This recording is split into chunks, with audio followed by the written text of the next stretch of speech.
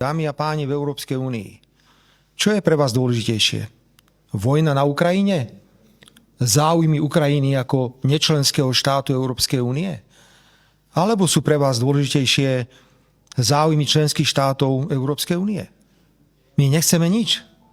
My len chceme odoberať ropu, za ktorú je rafinéria pripravená riadne zaplatiť, ropu, na ktorú máme nárok na základe dohôd, ropa, ktorá keby prichádzala cez tento ropovod, úplne inak mení mapu krízovú v Európe, pretože keby sme dnes mali stabilné dodávky ropy cez ropovod, ktorý je zastavený Zelenským a ten ropovod je zjavne nepoškodený, máme satelitné snímky, tak tu dnes takto nestojíme a neriešime problém, že či vôbec ten benzín, tá nafta v nejakom okamihu aj bude.